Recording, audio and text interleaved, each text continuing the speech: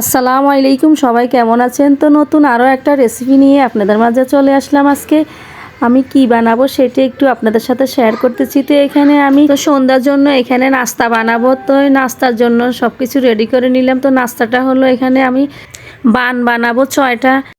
তো আগে থেকে আমি বানটার জন্য ডোটা রেডি করে নিলাম। তো ডোটা এখানে কি দিয়ে বানালাম সেটা একটু আপনাদের সাথে শেয়ার করি।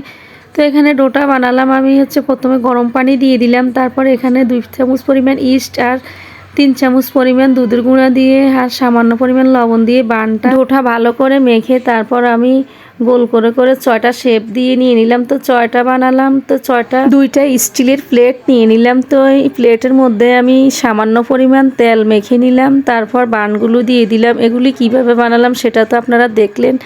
তো এগুলির ভিতরে কিন্তু আমি চিকেনের পুর দিয়ে দিলাম। খেতে খুব অসাধারণ লাগলো। উপর থেকে কিছু তিল আর ব্রাশ করে দিলাম ডিমের কুসুম।